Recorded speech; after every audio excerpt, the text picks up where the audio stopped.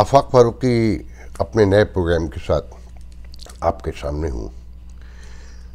देखें, आप जो सुनना चाहते हैं वो यकीनन ग्राउंड रियलिटीज़ हैं, वो भी एक इशू है, मगर रोज़ के मौजूद इशू का अगर एड्रेस ना किया जाए तो वो बेहिसी की अलामत होती है।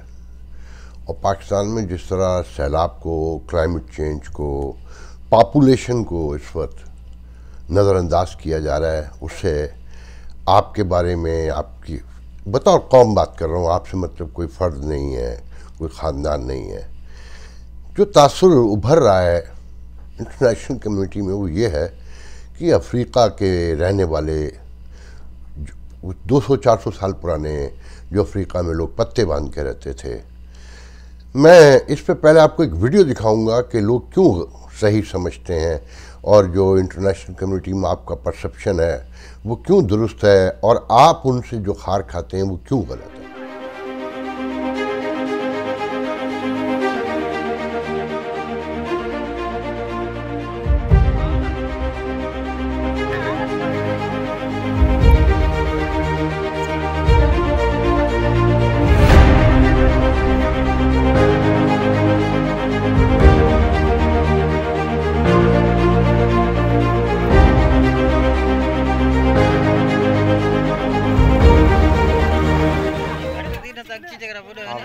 बड़ी सवाई आती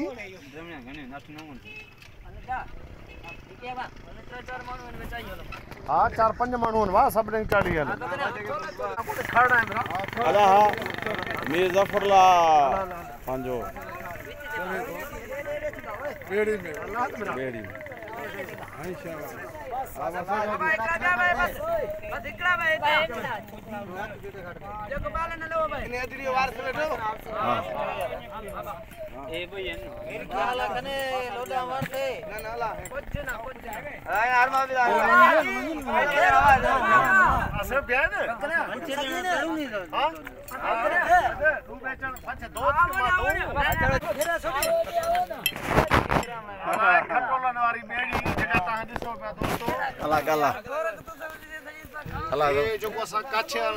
असर थे पियो जोही तालके वारनि सां न हिते को गवर्नमेंट आहे, न इंतजामिया आहे, न ई नुमाइंदा आहिनि, सभु बेयारो मददगार।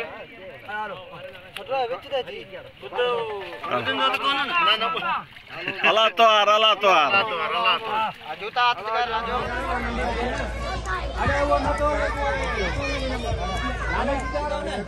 बाकी सजो सजू न हलायो न, ये रखियो हिकड़ी थैली या खोलो जेके तव्हां बस ग्रीन है बना स्पीड ऐसे नहीं हो रहा वहां पे हाल करे ये अंदर बड़ी मोटी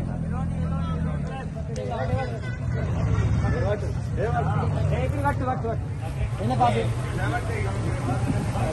बट्या आने पे मामी वगैरह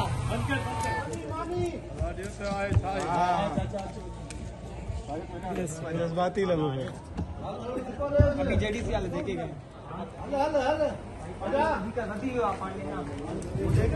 वहाँ तक पानी आ गया था। किसका साफ है इतना काउंसलर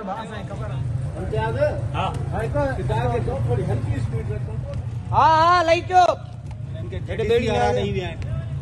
अदा जिते जितरो ॾींदे खुट दो अरे यार छिकी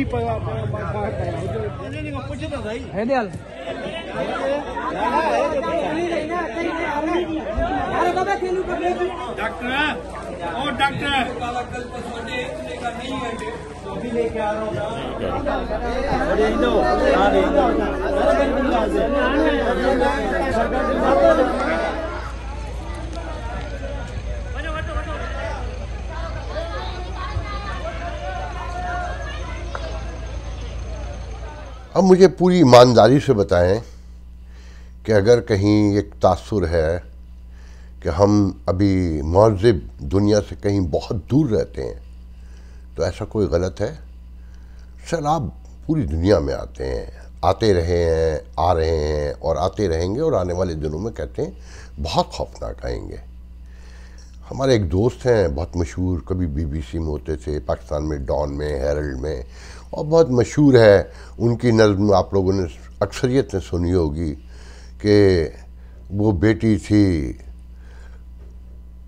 क्या है वो भुट्टो पे, बेनज़ीर भुट्टो पे वो बेटी थी, और क्या जरदारों की और कमलारों की, और जो मुझे अब याद नहीं आ रहा इस वक्त, दिमाग में बहुत सारी चीज़ें हैं कि तुम कितने भुट्टो मारोगे कि हर घर से भुट्टो निकलेगा, हसन मुश्तबा। उन्होंने सिंध के सैलाब पर खुसूसी एक छोटा सा नौहा पड़ा है कि सिंध पानी के करबला में डूब गया है, मगर यजीदी हुक्मरानों को चुल्लू भर पानी नहीं मिल रहा। तो इसका सबूत मैं देता हूं कि सिंध पानी के करबला में डूब गया और हुक्मरानों को, यजीदी हुक्मरानों को चुल्लू भर पानी नहीं मिल रहा। सक्खर में कल मुराद अली शाह पहुंचे। इस वक्त बिलावल घूम रहे हैं कि जी मैंने यूरोप का दौरा कैंसिल कर दिया। तो मुराद अली शाह 0 पॉइंट पर आए, सक्खर और रोड़ी के ब्रिज के बिगिनिंग में। सक्खर से जाएं तो एंड है, रोड़ी से आए तो स्टार्ट होता है। वहाँ कभी एक बहुत बड़ा पावर हाउस होता था, वहाँ ठाटे मारता हुआ दरिया सिंध बहता था, जो अब ऐसे ही सैलाबी रैलों में भरे तो भरे, वरना बच्चे वहाँ क्रिकेट खेलते हैं, गिल्ली डंडा आज भी खेलते हैं, पिट्ठू गरम भी खेलते हैं। वहाँ आए और कि हम ये कर रहे हैं, और फिर साथ में कि जी दुनिया से डोनेशन चाहिए।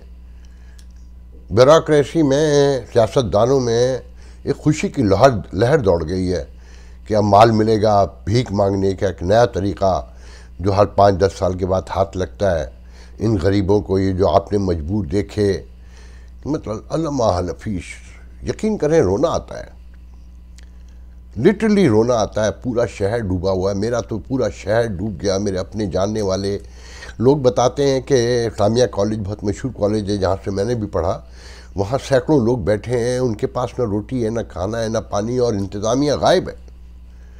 वो इस्लामुद्दीन शेख, जिसके लिए एक बार बल्कि ये वाक़या सुन लें प्लीज़, मैंने पहले भी कहीं सुनाया है कि जिस दिन बेनज़ीर भुट्टो ने पाकिस्तान जाने का वाशिंगटन में ऐलान किया, तो जरदारी साहब से, समी इब्राहिम मेरे साथ खड़े थे, जरदारी साहब से मैंने कहा कि सक्खर के एक बहुत ही सोशल एक्टिविस्ट के लिए कि अगर इंतखाबात हों तो सूबाई असम्बली का टिकट उन्हें दे दें। वो MQM को भी हरा चुके हैं, पीपल्स पार्टी की सपोर्ट उन्हें हासिल रही है, लिबरल मॉडर्न है। तो कहने लगे बाबा सक्खर में इस्लामुद्दीन शेख की मर्ज़ी के बगैर मैं किसी को टिकट नहीं दे सकता, वो उस ख़ानदान का हक़ है।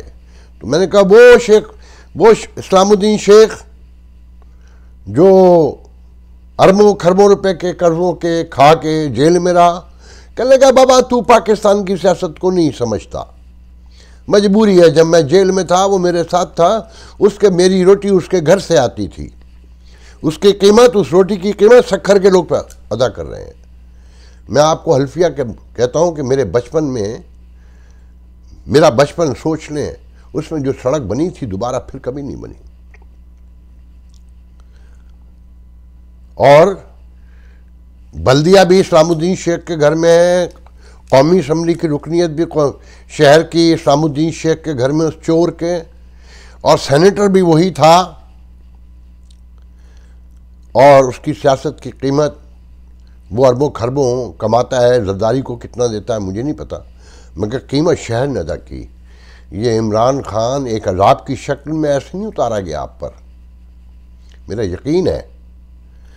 यकीन है कामिल है कि इस सैलाब में पीपल्स पार्टी डूब के ख़त्म होगी। अगर मेरे शहर का नौजवान अजीम शायर, अदीब, सहाफ़ी हसन मुश्तबा ये कहे कि इन्हें चुल्लू भर पानी नहीं मिल रहा, तो समझ लें इनका एंड होने जा रहा है। ऐसे नहीं कहा उसने। तो वो मुराद अली शाह होके चला गया और खुशखबरी सुना के कि जी इंटरनेशनल कम्युनिटी से फंडिंग आएगी तो कुछ करेंगे। लोगों के घर ख़त्म हो गए, यहाँ पे भी घर गिरते हैं। मगर पूरी रियासत खड़ी होती है, इंश्योरेंस होती है, किसी कोई रो नहीं रहा होता। ऐसा नहीं देखा मैंने कि कोई फूट के रो रहा हो। एक लगाव की कैफियत में लोग रोते हैं यकीनन, मगर इस खौफ से नहीं कि सब कुछ ख़त्म हो जाएगा। मुझसे बहुत सारे मेरे दोस्तों ने सक्खर से बहुत दर्जनों मैसेज आए कि आफाक भाई वहाँ कुछ करें। तो मैं आप लोगों को बहुत शर्मिंदगी से बताना चाहता हूँ, यहाँ कुछ करने के लिए पहले तो 2 बड़े सिंगर चाहिए। ये अमेरिकन पाकिस्तानी खान साहब ने जो शौकत खानम से एक नई जहद को ईजाद किया पैसे लेने के लिए कि अमिताभ बच्चन भी लाए और नुसरत फ़तेह अली को तो गली गली लेकर फिरते थे, दिलदार परवेज़ भट्टी, मोइन अख्तर से लेकर, और अभी भी आखिरी जो हुआ नमल का तो उसमें भी अली ज़फ़र था।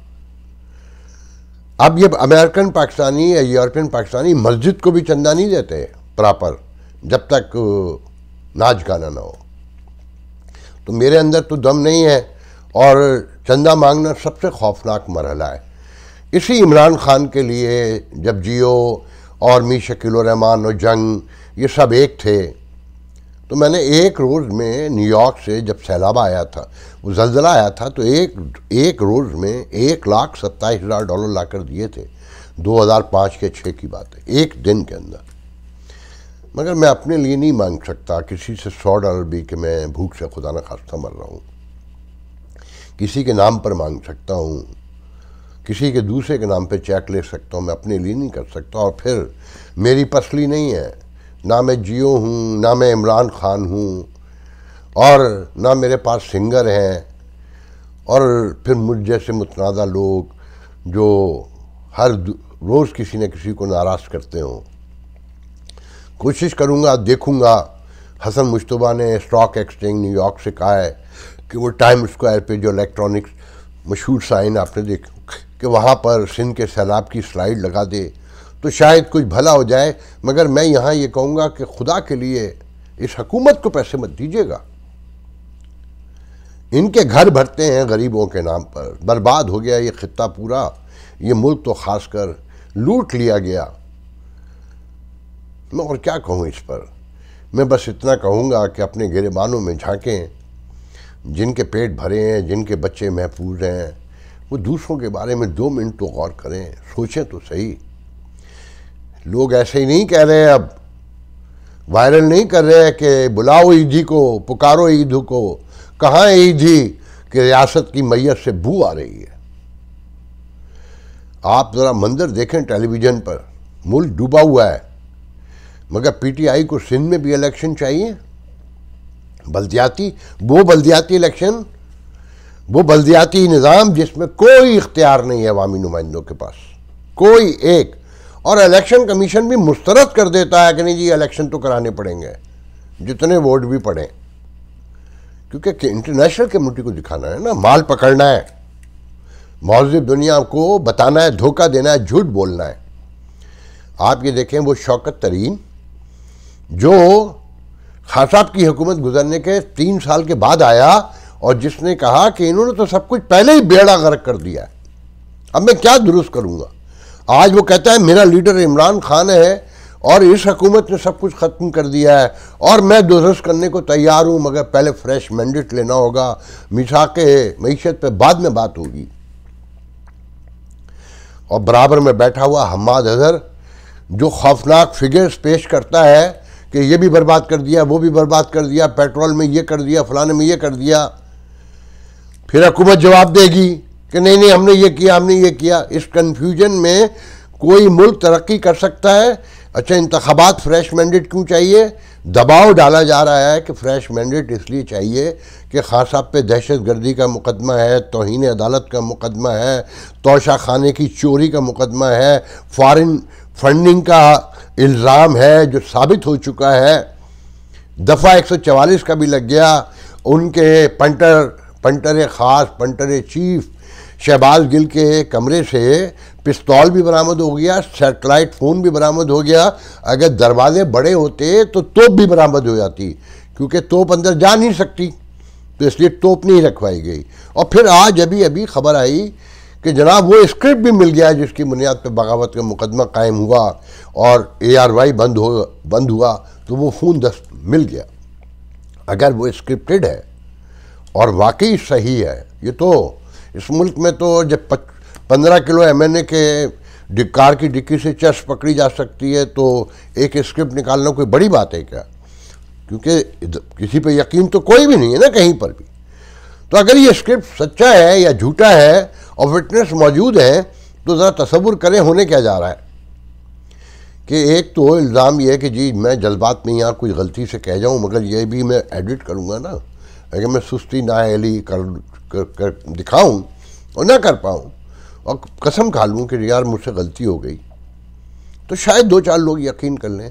मगर एक चीज़ स्क्रिप्टेड है, वेल प्लान्ड है और थॉट के साथ है, उसकी तैयारी प्रिपरेशन है, तो अंदाज़ा है कि क्या ये खौफनाक मरहला दरपेश है PTI को, जो अपने कायद को बचाने के लिए पूरे मुल्क को आग लगा देना चाहती है, जो कहती है कि अगर गिरफ्तार हुए तो पूरा मुल्क लॉकडाउन कर देंगे। वो PTI जिसका लीडर और जिसके बाकी रहनुमा रात दिन इंसाफ और कानून की दुआइयाँ देते हैं और ये कहते हैं कि ये मुल्क जब ही चलेगा जब हर शहरी के लिए एक इंसाफ होगा, एक कानून होगा। मगर जहाँ अपने रास्ते में ये इंसाफ और कानून आके खड़े होते हैं तो नंगी तलवार लिए खड़े उसका कत्ल वहीं कर देते हैं और कहते हैं कि इंसाफ और कानून की जितने भी आदाब और तरीक़े हैं, उसूल हैं, वो सब हम तय करेंगे और हम उससे मुबर्रा होंगे। यह है आज की आपकी रियासत। मैं बहुत बोल सकता हूँ मगर इसका कोई फ़ायदा नहीं है।